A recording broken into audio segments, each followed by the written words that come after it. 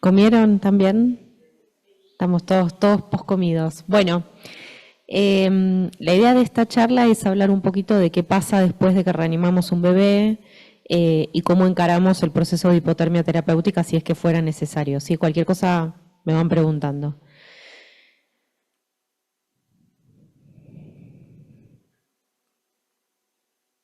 Gracias. Bueno, entonces, un poquito para contarles los contenidos de la charla de hoy. Vamos a hablar de, si quieres pasar a la próxima. Primero vamos a hacer una pequeñita introducción. Próxima. Sí, ahí va. Cuidados iniciales. Después vamos a hablar de si el paciente necesita una hipotermia, vote sí o vote no. Y por último nos vamos a llevar una moraleja a casa, o por lo menos vamos a intentar llevarnos una moraleja a casa. Entonces, para hablar un poquito de introducción, a mí me gusta siempre charlar un poco de la historia de las cosas, y saben que la hipotermia ya está descrita en el mundo antiguo. Ya los antiguos egipcios, los antiguos romanos, hacían experiencias con hipotermia en pacientes que tenían algún tipo de injuria cerebral o los heridos de batalla, y este señor, que es uno de los padres de la medicina, que se llama Hipócrates, Hipócrates ya observaba que los recién nacidos expuestos al frío vivían más que aquellos que nacían en momentos del año muy calurosos. Así que bueno, como ven, esto no es de ahora.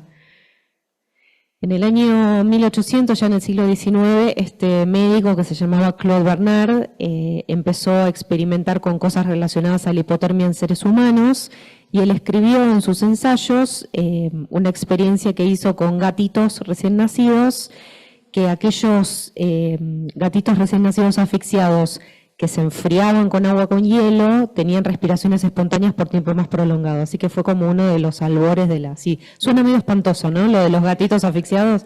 Sí, yo cuando lo leí me impresionó un poco también, pero bueno, hizo sus primeras experiencias. Ya avanzando un poquito más en la década del 50, 1950, 1960, se empiezan a publicar trabajos con las primeras experiencias en bebés humanos. Niños que a los 5 minutos de vida no tenían ventilaciones espontáneas, se los sumergía en agua helada y después se los dejaba que recuperaran la temperatura en forma espontánea. Y lo que se vio en esos primeros reportes es que a esos bebés les iba mejor. Pero bueno, ¿qué pasó? Esto de meter bebés en agua helada tampoco fue una práctica que es muy difundida, por suerte, gracias a Dios. Acá en la foto, esta persona, ¿saben quién es? ¿La reconocen? Es la doctora Virginia Apgar. ¿Sabían que el Apgar es el apellido de una persona? Los neonatólogos lo sabemos eso. Esa es la doctora Virginia Apgar, que ella fue una de las precursoras de la reanimación neonatal. Entonces, bueno, las ideas, más que meter al bebé en una bañadera con agua con hielo, empezó a ser más predominante la idea de que a los recién nacidos en realidad había que reanimarlos. Por otro lado, muchos de los bebés prematuros que se sumergían en agua helada se morían. Entonces fue una práctica que cayó un poco en desuso. Por varias décadas, hasta que llegamos más o menos a la década del 90, donde se empiezan a publicar los primeros pilotos de hipotermia terapéutica, serios. Estos primeros trabajos que se publicaron, con hipotermia localizada o con hipotermia generalizada, ya hablaban de una mejoría notable en la mortalidad de estos pacientes, que sobrevivían más, pero no tenían la cantidad suficiente de pacientes como para hacer un seguimiento y hablar de pronóstico. Finalmente llegamos a la década del 2000, este simbolito lo conocen, el simbolito de las revisiones sistemáticas de Cochrane. Ya en el año 2000 se empezaron a publicar los primeros grandes ensayos aleatorizados y las primeras revisiones sistemáticas que realmente aportaron mucho al conocimiento que tenemos hoy hacer que la hipotermia sea un estándar de cuidado, ¿no? Acá les traje la revisión sistemática de Cochrane sobre esos trabajos de hipotermia terapéutica. No nos vamos a meter mucho en detalle, esto que es muy complejo, pero bueno, fíjense, ¿no? En este forest plot, el rombito viene hacia la izquierda, que favorece la hipotermia en términos de muerte o discapacidad mayor. Y dentro de esta misma revisión sistemática, lo mismo, ¿no? El rombito bastante grande que favorece la hipotermia en relación al resultado parálisis cerebral en los niños expuestos a hipotermia, o sea, previene la parálisis cerebral. O sea que,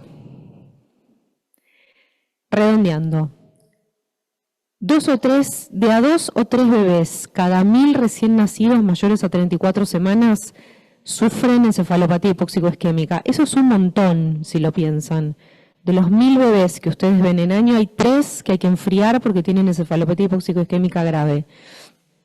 Y lo importante de esto es que es una entidad que muchas veces no podemos prevenir, la encefalopatía hipóxico-isquémica, pero que tiene un tratamiento que es de relativo bajo costo y que es muy efectivo para prevenir las secuelas, o sea que hay que conocerlo muy bien. ¿Estamos hasta acá? ¿Sí? Bueno, y otra vez, como les mostré la diapositiva en la otra presentación, a mí me gusta siempre enfatizar las cosas que tenemos en nuestro país. De vuelta, hay equipo, nosotros tenemos nuestras propias normas de manejo de la encefalopatía hipóxico-isquémica neonatal. Este es un manual que publicó la Sociedad Argentina de Pediatría, que no sé si lo conocen, no sé si lo leyeron, se los recomiendo porque habla, no es muy largo, no tiene 3, 4 volúmenes, se lee fácil, es muy accesible y tiene toda la información que pueden necesitar. Así que bueno, la verdad que mis felicitaciones al grupo de trabajo de encefalopatía porque este fue un manual muy importante poder publicar. Y fíjense, esto aparece en el manual, el número y proporción de recién nacidos con score de APGAR menor a 5 a los 5 minutos, ahí está Salta, más o menos unos 50 pacientes, más o menos el 0.2%, o sea que hay provincias que están peor, fíjense, ¿no? Hay algunas que están con unas barras más altas, Corrientes, Santiago del Estero, pero bueno, acá en Salta también tenemos este tema del que nos tenemos que ocupar. Y esto también sale del manual de RCP, el manual de encefalopatía, acá bien. Recién nacidos con score de APGAR menor de 5 a los 5 minutos por jurisdicción, 58 pacientes. Esto es una muestra nada más, ¿no? Obviamente no habla de cuántos pacientes son por año, pero bueno, es un problema prevalente que nos ocupa. Entonces, si uno se pone a hablar un poquito de dónde sale la encefalopatía hipóxico-isquémica, la epidemiología, hay muchas cosas que están publicadas, obviamente que es más prevalente en los países más empobrecidos, que tienen menor Producto Bruto Interno, porque esto está asociado grandemente a la disponibilidad del sistema sanitario, no es menor. Por supuesto que también tenemos que hablar de cosas relacionadas a la perinatología, infecciones maternas, antecedentes de enfermedades, anomalías placentarias, crecimiento fetal, bueno, cuestiones que tienen que ver con el embarazo también nos hacen pensar en la epidemiología de esta entidad. Y por supuesto también hay determinantes sociales, cosas que tienen que ver con la sociedad y la cultura en la que vivimos y el acceso a la salud.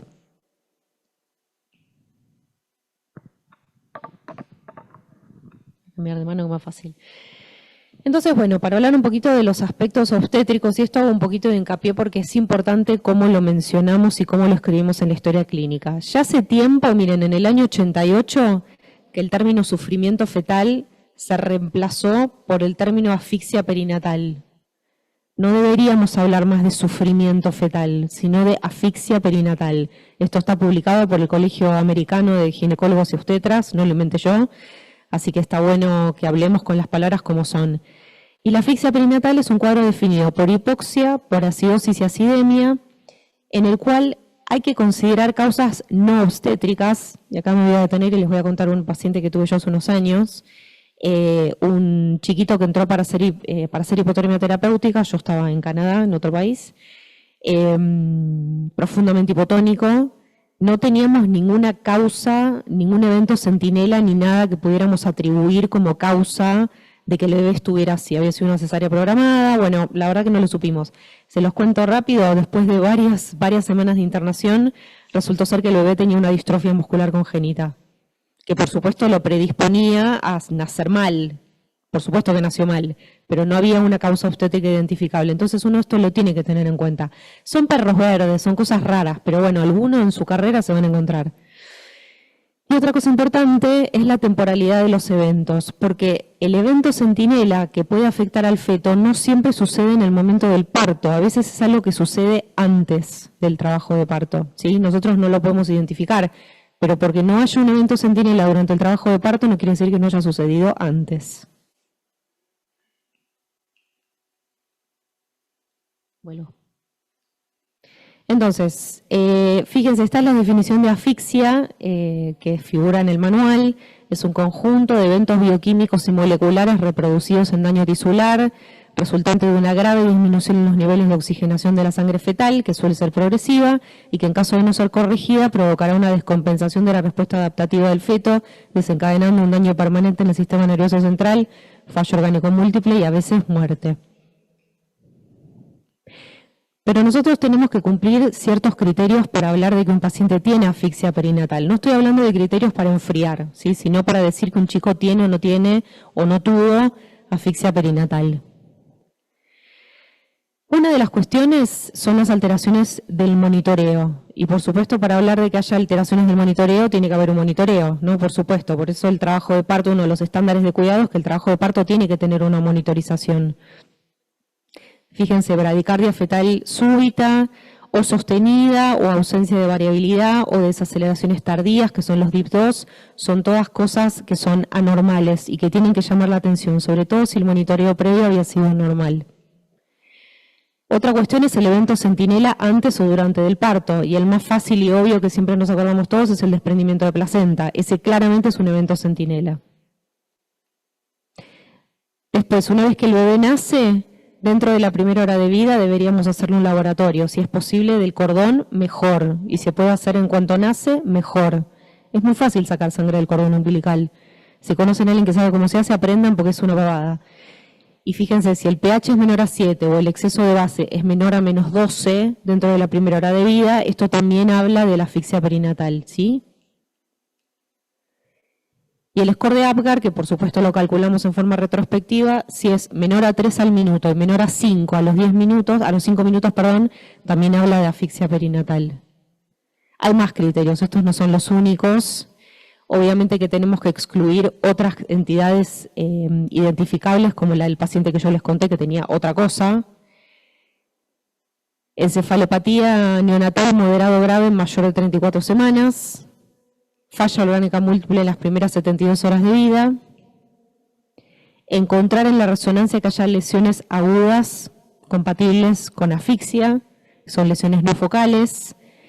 Y en el seguimiento que este niño tenga una parálisis cerebral, ¿sí? O sea que a veces el diagnóstico se hace retrospectivo y después de mucho tiempo, no necesariamente en el momento que el bebé nace. ¿Me siguen? Entonces, resumiendo, para decir que un niño tuvo asfixia perinatal, tiene que haber ciertas condiciones obstétricas, ciertas condiciones neonatales, como el Apgar y el laboratorio, la resonancia y el seguimiento a largo plazo. Entonces, nosotros reanimamos un bebé, hacemos todo lo que tenemos que hacer, armamos un buen equipo, nos preparamos, nos anticipamos, lo reanimamos y después tenemos que brindarle los cuidados iniciales. Esto está sacado del manual, así que aunque lo vean medio chiquitito, si lo buscan en el manual lo van a encontrar. Fíjense, las medidas de estabilización inicial incluyen, en bebés de término, iniciar ventilación a presión positiva con FiO2 de 21 y encender el cronómetro, cosa que a mí no me pasó en la recepción que les conté de la mañana. Según los rangos establecidos, chequear la saturación y monitorizar la frecuencia cardíaca. Siempre tratar de evitar las expansiones de volumen. Si ustedes se fijan, las expansiones no son parte del algoritmo de reanimación. Lo podemos considerar cuando hay un antecedente que sea compatible con hipovolemia, por ejemplo, un desprendimiento de placenta, pero hay que evitar las expansiones de volumen y no usar bicarbonato. Si el bebé logramos estabilizarlo, tenemos que empezar a hacer hipotermia pasiva. Y la hipotermia pasiva no es hacer hipotermia en sala de partos, es simplemente evitar que se caliente. ¿Se entiende? Que no se sobrecaliente, porque eso al bebé le hace mal. Entonces, si hay servocontrol, vamos a setearlo en 35. Y si no tenemos servocontrol, se mantiene la temperatura del bebé entre 36 y 36,5. O sea, 36 a 36,5 grados es como que está fresquito, pero no es hipotermia. ¿Se entiende? Estos son los cuidados iniciales. Y, por supuesto, evitar las 7 H's, que son las que al bebé le hacen mal. La hipotermia, la hipertermia, la hiperoxia, la hipoglucemia, la hipocapnia, la hipotensión y la hipocalcemia.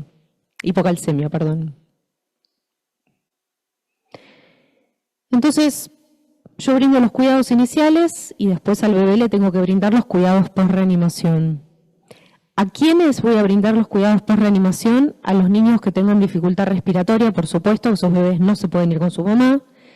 Y a los bebés que hayan recibido ventilación a presión positiva o reanimación prolongada.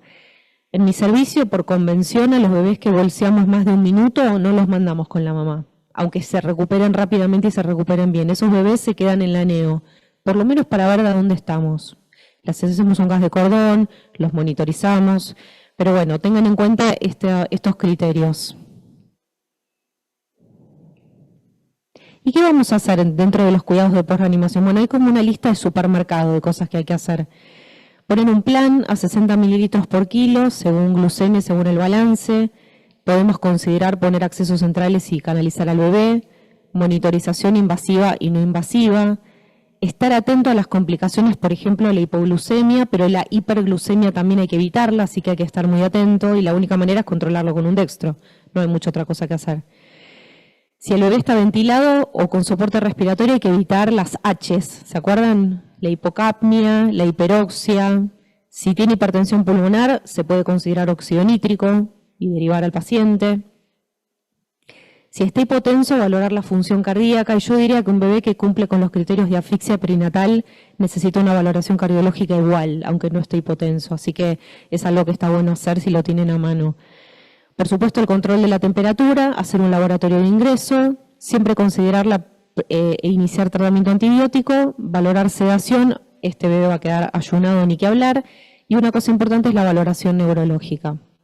Entonces, ¿cómo hacemos para decidir si el niño tiene que entrar en hipotermia o no? Bueno, hay un algoritmo que está publicado que nos ayuda a tomar esa decisión. Fíjense, si el bebé pesa más de 1.800 gramos, tenemos que evaluar esto: el APGAR, el laboratorio y la necesidad de soporte ventilatorio. Si el APGAR es menor a 5 a los 5 minutos, si tiene un pH menor a 7 o un estado ácido base un exceso de bases menor a -12 y un ácido láctico mayor a 9,5, esos son criterios de laboratorio para iniciar hipotermia terapéutica. Y si necesita soporte ventilatorio durante 10 minutos o más, o sea, un bebé que está intubado, ¿estamos? Entonces, el APGAR, el laboratorio y la necesidad de soporte ventilatorio, si alguna de esas nos da que sí, tenemos que evaluar al bebé neurológicamente. ¿Me siguen? No tiene que cumplir todos los criterios. Con que cumpla uno más la clínica neurológica ya estamos. Y por supuesto, si el bebé pesa menos de 1.800 gramos, la evidencia actual es que esos bebés no se pueden enfriar, así que no califican para hipotermia terapéutica. Cada vez está más en discusión que se hace con los bebitos que están medio borderline.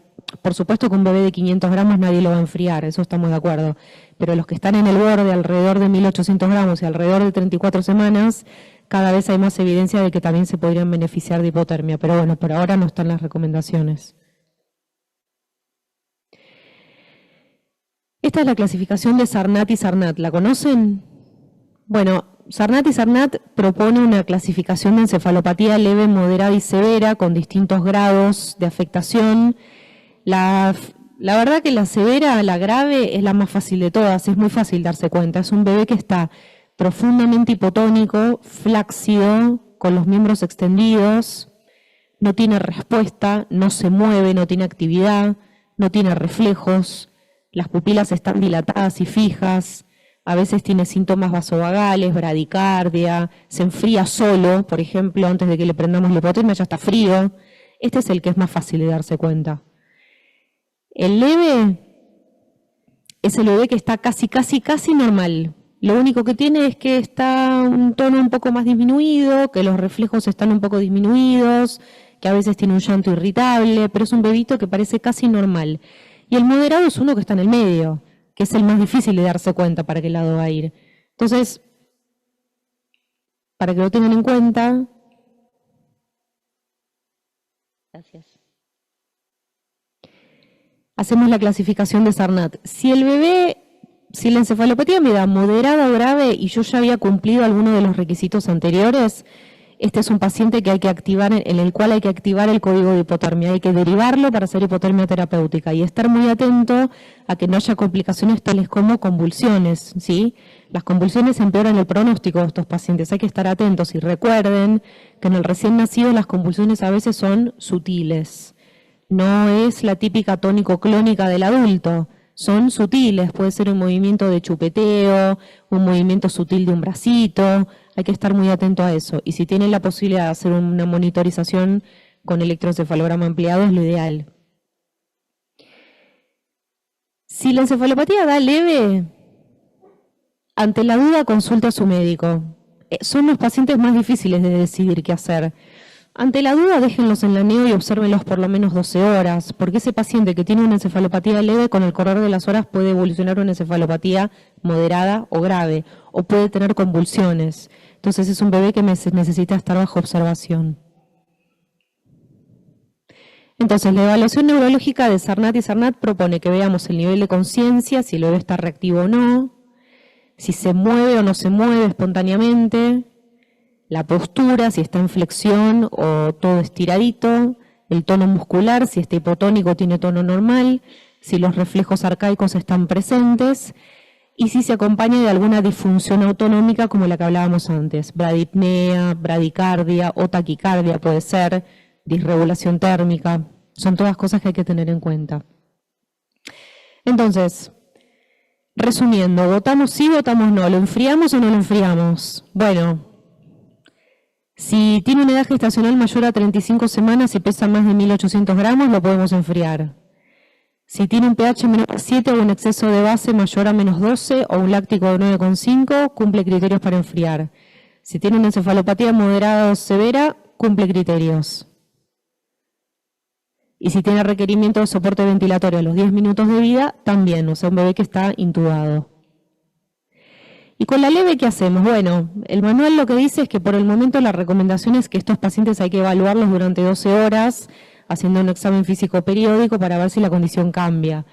En lo posible, dice el manual y dicen las recomendaciones, es que hay que ponerle un monitor de electroencefalograma ampliado. No sé si lo tienen disponible. ¿Lo tienen en el hospital? Sí. Está buenísimo porque es una manera de monitorizar, si bien es invasivo, la función cerebral en forma permanente. Entonces, moraleja, mejor prevenir que lamentar. Obviamente que ninguno de nosotros tiene ganas de tener este paciente adelante y de hacer todas las cosas que tenemos que hacer. Entonces, siempre estamos listos para la guerra, anticiparnos y reanimar como corresponde a los recién nacidos. Es el factor de éxito más importante que les podemos dar. Comunicarnos efectivamente, y el obstetra es mi amigo. El obstetra no quiere que al paciente le vaya mal, ni a la madre ni al bebé. Así que tenemos que encontrar una manera de comunicarnos mejor con el equipo de obstetricia. Accionar en tiempo y forma. Yo ahí les puse 1, 2, 3 ventilo. La reanimación hay que hacerla como dice el protocolo que hay que hacerla, con los recursos que tengamos disponibles. La adrenalina, si el bebé la necesita, hay que pasarla lo antes posible. No nos puede pasar que la primera dosis de adrenalina la pasemos a los 15 minutos de vida. Eso está mal. De alguna manera lo tenemos que mejorar. Y por supuesto, tenemos que prevenir en estos bebitos las secuelas. Para eso, la hipotermia terapéutica. Muchas gracias.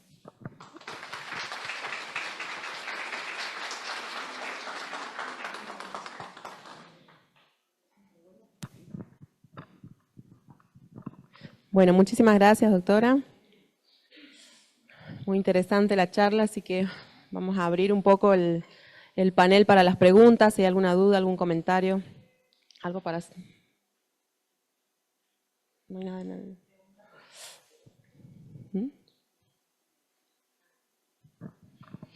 Bueno, no sé, ¿quiere empezar? Abrimos. Sí. Bueno, una duda, en realidad, bueno, Sí. es sobre el tema de una vez que un bebé obviamente recibe la reanimación, en este caso un bebé que recibe ventilación a presión positiva, que obviamente no responde, requiere que se lo llegue a intubar, que bueno, que gracias al manejo de la vía aérea correctamente mejora. Nosotros, ¿en qué momento evaluamos lo que es la parte neurológica con este score de Sarnat y Sarnat? Si generalmente es apenas inmediatamente posterior a la reanimación, esperamos un tiempo, en qué momento y cada cuántos minutos, ¿sí?, vamos a seguir evaluando ese score en la sala de partos para definir obviamente el ingreso a la hipotermia. Sí, está buena la pregunta. Todos ustedes que han reanimado bebé, levante la mano quien reanimó un bebé deprimido alguna vez. Bueno, son unos cuantos, casi la mitad. Vieron que los bebés cuando se recuperan rápido, y cuando no se recuperan, no se recuperan. O sea que la valoración uno la hace en el momento. Las valoraciones subsecuentes, las que vienen después, dependen de las normas. En algunos lugares se hacen valoraciones horarias. El manual nuestro de la Sociedad Argentina de Pediatría dice valoraciones frecuentes, pero no sugiere un horario.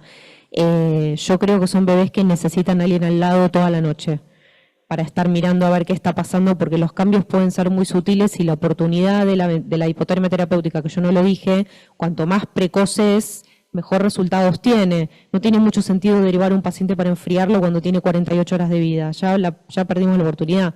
Y entonces hay que estar al lado mirándolo. Pero yo creo que la primera valoración se hace en sala de partos. Respecto a esa valoración, nosotros, si bien en sala de partos tenemos la posibilidad de trasladarlo inmediatamente a la unidad de cuidado intensivo, donde puede ingresar a hipotermia activa, en el caso de que se dé mejor el tema de sanar, nos quedamos con el moderado, que ya lo tuvo, lo presentó, porque fue valorado como moderado en sala de partos, pero llegando a los 15 o 20 minutos a la unidad, el bebé ya estaba un poco más reactivo y en realidad valoramos ya como un leve. Tiene criterio de hipotermia por la primera evaluación, pero ahora en este momento es otro el chico y obviamente sí merecería el control estricto, pero estaríamos poniendo un tiempo para empezar a hipotermia. Es una pregunta re difícil de contestar esa. Sí, difícil. No, yo creo que cada vez hay más evidencia de que los bebés se favorecen, no digo todos de hipotermia terapéutica, pero si en una época se enfriaban solo los severos, ahora se están enfriando también muchos moderados y muchos leves borderline. Si uno tiene la disponibilidad para hacerlo, si el bebé en algún momento tuvo clínica de encefalopatía moderada, yo creo que se lo merece, si uno tiene los medios para hacerlo. Acá hay un colega que está parte del grupo de trabajo, ¿no? Sí, así que... Permiso. Sí, la verdad que en cuanto el paciente ya muestra signos clínicos de una encefalopatía moderada, la recomendación siempre es la hipotermia, ¿sí? Por más que mejore, que decimos mejora, lo mismo el paciente la requiere. Gracias.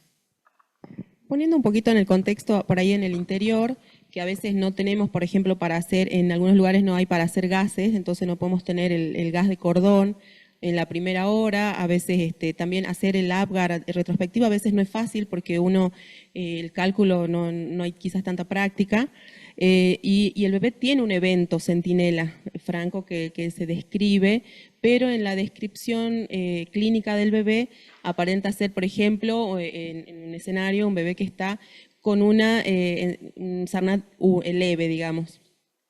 La recomendación por ahí sería esperar. Nosotros a veces cuando estamos en el interior tenemos un margen de tiempo también por la ventana terapéutica, ¿no? Porque a veces nos genera esta duda de decir, bueno, si a las 6 horas podemos estar acá, si esperamos que aparezca alguna clínica, si desmejora la clínica neurológica, ¿cómo podemos, digamos, ver esto? Sí, la encefalopatía leve es la más difícil, me parece, porque son los bebés que se pueden dar vuelta o pueden empeorar y por ahí, como vos decís, uno perdió la oportunidad de la derivación o perdió tiempo. Sí, hay que ver cada caso individualizado. Yo creo, es una opinión personal esta, pero yo creo que si está la posibilidad de derivar al bebé para hacerle los estudios complementarios necesarios y hacer la monitorización como la necesita, está bueno hacerlo, si está disponible. Y si no está disponible el traslado, estar muy atento con el colega que está delante del bebé, en comunicación continua por si la cosa cambia. Yo decía laboratorio de cordón, pero a veces no se puede hacer laboratorio de cordón y se le hace un laboratorio de la manito cuando el bebé ya está en la habitación con la mamá, claro, de la primera hora de vida. Cuanto más precoz, más fiel es en términos del sufrimiento o de la asfixia perinatal que pudo haber tenido, pero yo creo que vale la pena intentarlo, sí.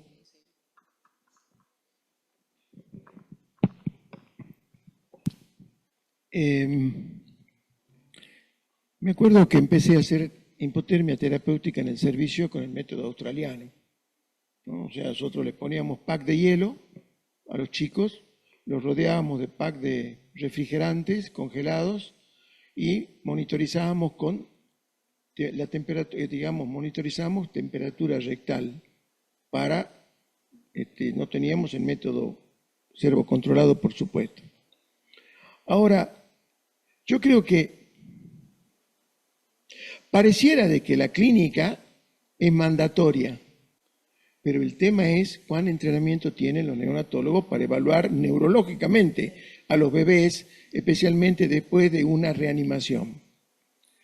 De modo que yo creo que estos niños lo que sí necesitan sin duda es que en sala de partos los neonatólogos puedan buscar, aunque sutilmente, desde el punto de vista neurológico, los chicos que merezcan control o eventualmente hipotermia después.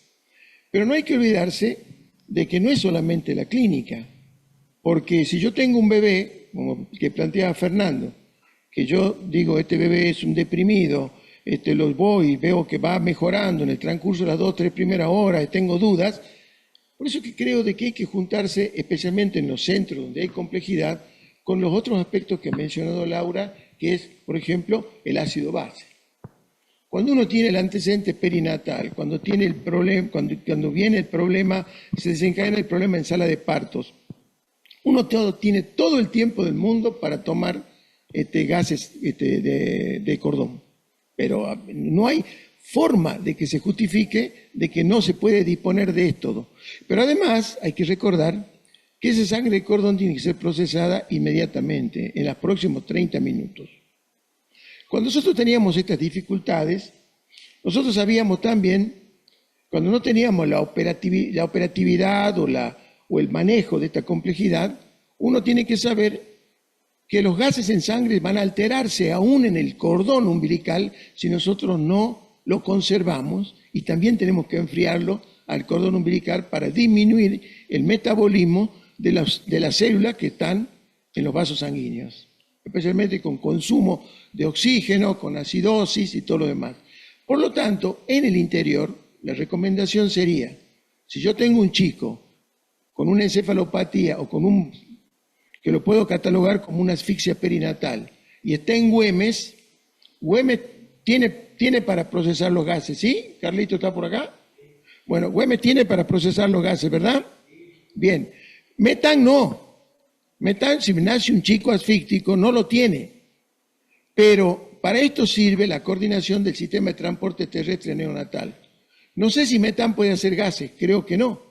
Pero si no puede hacer gases, la gente tiene que tener la dirección de que hay que preservar el cordón, hay que envolverlo en los films de plástico y hay que colocarlo en la heladera.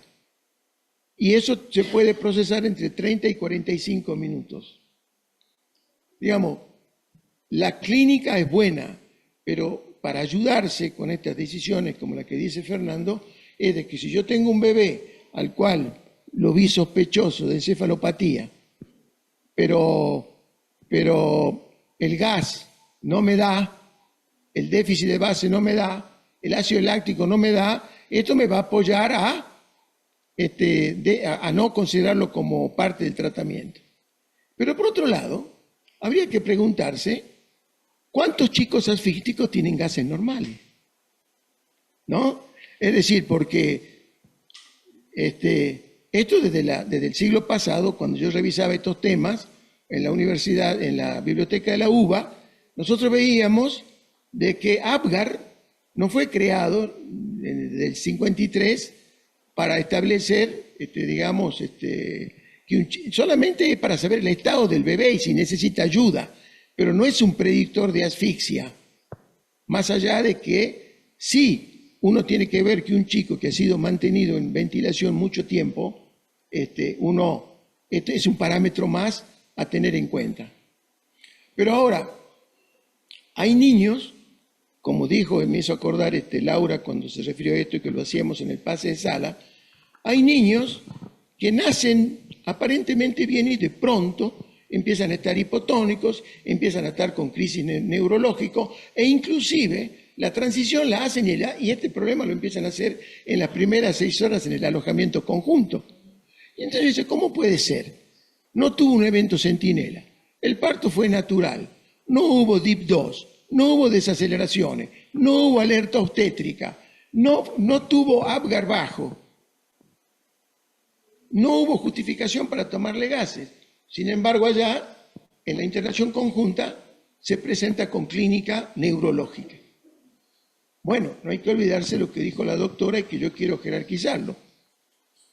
Hay hipoxias subagudas que se van presentando durante el embarazo. Esto ha sido descrito, hipoxias subagudas, fenómenos que van produciendo su impacto en el funcionamiento cerebral y cuando nacen los niños se comportan realmente como hipóxicos isquémicos y nosotros ni siquiera hemos pensado en enfriarnos. Así que yo creo de que no todo es sí ni no todo es no. Creo que hay que mirar muy bien y fundamentalmente hay que tratar de tener mucho conocimiento para asesorar a los demás. Y agregando lo que dice Laura, hay algoritmos que han sido bien publicados en el grupo de Pablo Berazategui, con Colantonio, acá está Manuel, que han constituido un buen grupo, y esos algoritmos hay que tenerlos siempre presentes en las paredes de la sala de recepción para poder ayudar en estos sentidos, ¿no? Pero hay algo que uno no debiera olvidar. Todos los niños normales que nacen normales se van a sorprender si yo les digo que el 20% tienen gases de asfixia. Y sin embargo son espectaculares, son normales. Han sido fenómenos agudos que han pasado rápido. Ahora, por otro lado, hay niños que nacen deprimidos y que uno le hace los estudios y que son absolutamente normales. Entonces creo que la estrategia de mirar todos los criterios es lo que nos va a ayudar y les va a ayudar a ustedes a tomar las decisiones. A mí no, porque ya estoy con las palomitas en la plaza. Gracias.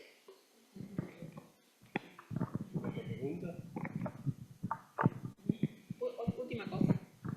Y está la ventana, la famosa ventana de las 6 horas. Nosotros que a veces tenemos que movilizarnos con distancia y a veces tenemos también pacientes que han tenido, por ejemplo, eventos centinelas francos y clínica. Entonces están claramente con la indicación de hacer terapéutica, la hipotermia terapéutica, pero a veces no llegamos con los tiempos. Entonces, a veces entramos también en la otra disquisición. 8 horas de vida, ¿entra o no? Tenemos más riesgo, el riesgo-beneficio y todo.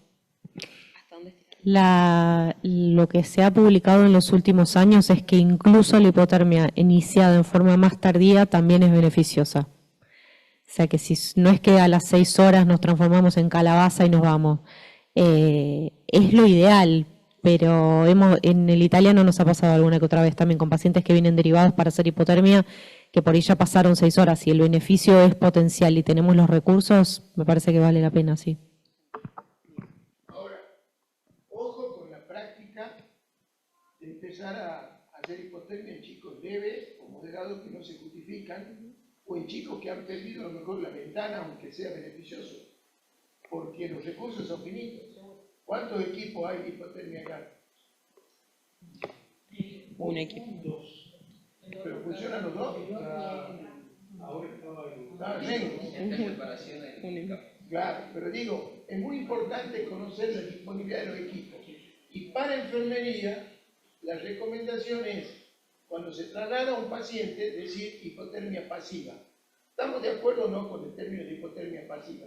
Por lo que yo escuché, uno no prefiere hacer hipotermia pasiva, prefiere tenerlo al chico en el rango de 36, 36,5, especialmente en los lugares donde no tengo personal para controlar la hipotermia, que debe ser un control estricto. Y para enfermería es, cuando un servicio tiene un equipo de hipotermia y se saca el bebé a las 72 horas, ¿sigue siendo así? Sí. A las 72 horas, puede ser que el chico salga a las 2 de la mañana. Y cuando sale a las 2 de la mañana, ¿qué hay que hacer con el equipo? Inmediatamente, ¿no? Eso es de enfermería, ustedes lo hacen. Inmediatamente condicionarlo, porque a la media hora puede haber otro chico, no se puede, ese no puede quedarse en el pañol para que venga a la mañana alguien a limpiar. Bueno, ¿alguien más? No, Sí, obvio. Por el tema de las contraindicaciones, sí, si bien, bueno, tenemos la edad gestacional, Sí. el peso, pero existen otras contraindicaciones absolutas, relativas. Relativas, sí, existen. Las más importantes son las que charlamos, el peso y la edad gestacional, simplemente porque las complicaciones en prematuros o en niños más pequeños son mucho mayores. Otra contraindicación que fue absoluta y ahora es más relativa es la presencia de malformaciones mayores. Y acá empiezan las comillas. Hay que individualizar mucho los casos. A mí me pasó estando de guardia hace un año atrás, que nació un bebé que tenía una hipoplasia de ventrículo izquierdo, un desprendimiento de placenta, nació con asfixia perinatal, pero bueno, el pronóstico cardiovascular era de un bebé que iba a ser un corazón de mezcla, o sea, no era el mejor pronóstico, iba a ir a cirugías paliativas. Y tanto era así que era un viernes a las 11 de la noche y la llamé a la doctora Silvia Fernández, que es una de las autoras del manual, para preguntarle qué hacía con ese paciente. Y ella lo llamó al doctor Berazategui, que había tenido un traspuesto que había enfriado. O sea, son pocos los casos que hay. De hecho, si uno lo busca, no hay mucho publicado. Me parece que hay que individualizar los casos. Cada vez la hipotermia la hacemos mejor, con menos efectos adversos, y la verdad que por ahí el doctor del Barco me va a recordar que hay que conservar los recursos y la justicia distributiva, ¿no? Que es todo un tema también. Yo puse en hipotermia hace 3 meses atrás un niño con un mielomeningocele y una hidrocefalia severa, que nació asfixiado y después falleció, pero lo pusimos en hipotermia igual. Y la verdad que en el momento, antes de prender el equipo de hipotermia, buscamos en PubMed a ver si había algún reporte de casos y había 0. O sea que en todo el mundo está empezando a pasar esto, que se están empezando... Sí, ¿tuvieron ustedes también?